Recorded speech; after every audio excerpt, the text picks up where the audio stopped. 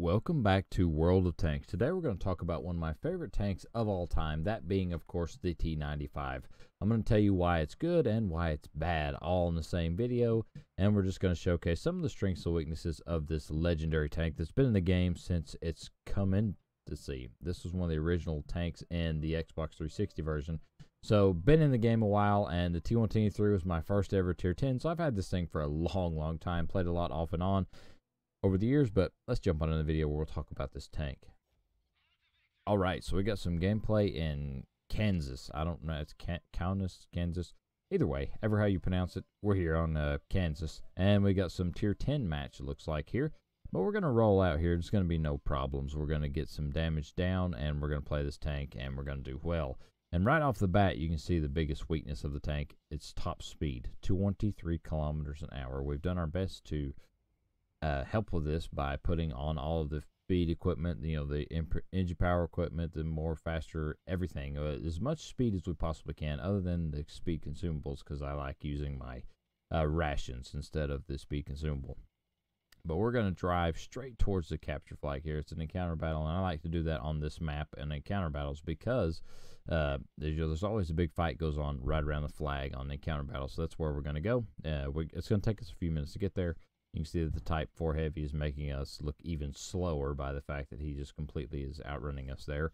And that's really the downfall of this tank. I had a game earlier today where I drove around for 10 minutes and I did 2,200 damage, but we still lost because I just couldn't be in the position where I needed to be quick enough. And so that is this tragic downside of this tank. That is a tragedy of the T95. Because everything else about the tank is fantastic. It's just a little bit on the slow side, but the new equipment has made it where it does fit into the meta and can be used pretty well, in my opinion.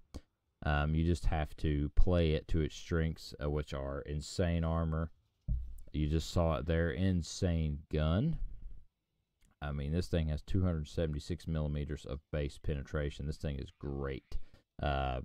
Decent reload at 13.5 seconds, even. You know, that's with a rammer and with rations, so that's not too bad. But we're going to roll around here towards the encounter flag now that the enemies at the top side of the map have been killed. And I like to do this on this map. Like I said, you just put shots in the top guys, and then you can swing right around, right towards the flag, and then there's always a big fight goes on at the flag.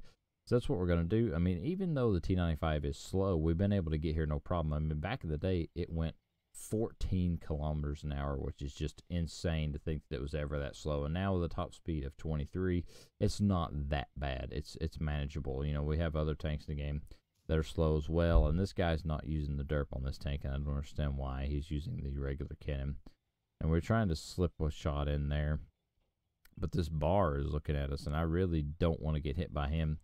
But we're spotting him, so artillery, we split the spotting there with the Type 4 Heavy, but artillery slaps him.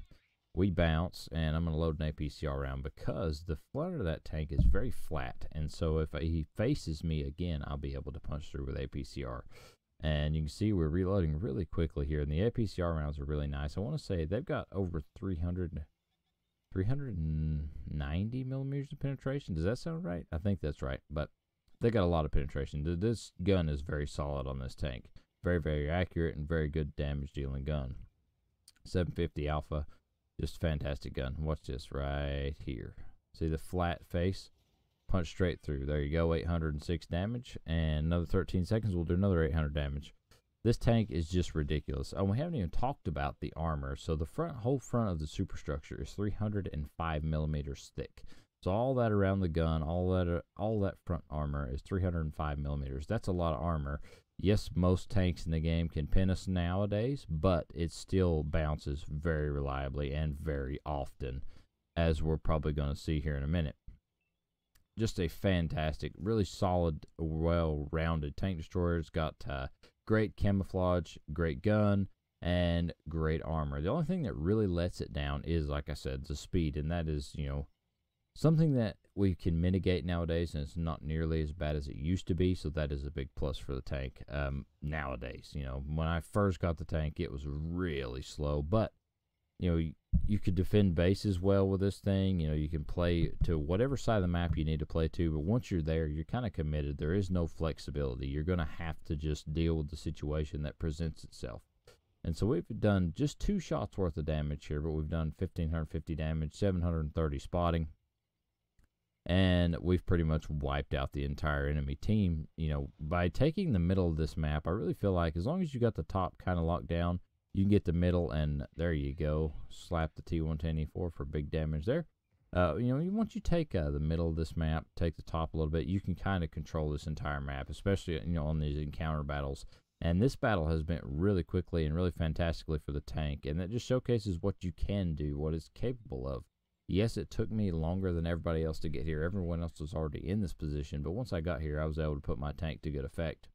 And so now what we're going to do is we're going to have to swivel around and drive very slowly back the other direction, which is that's why I chose this replay, because it showcases just exactly what the T95 is good at and what it struggles with. And, you know, speed is something it struggles with. There's 2 enemy tanks over here that I want to shoot at, and I'd like to help that tank destroyer out on my team, but there's just no way that I could help him out because we're still going way too slow.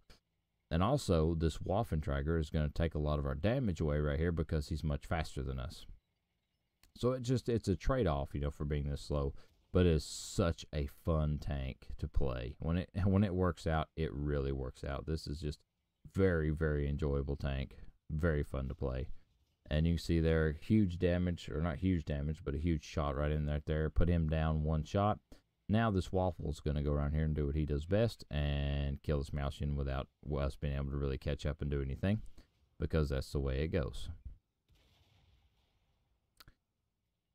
Happens that way sometimes.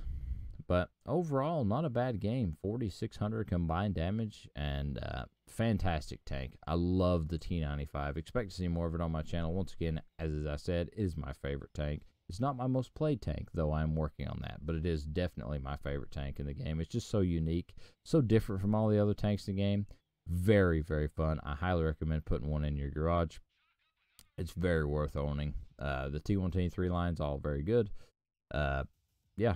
Just a fun tank, solid tank, really enjoyable tank. The only thing that holds it back, the tragedy of the tank, is it is slow. But once you get used to that, you can do fine with the tank. Overall, hope you're having a great day. I'll see you in the next video where we talk about more World Tank stuff tomorrow.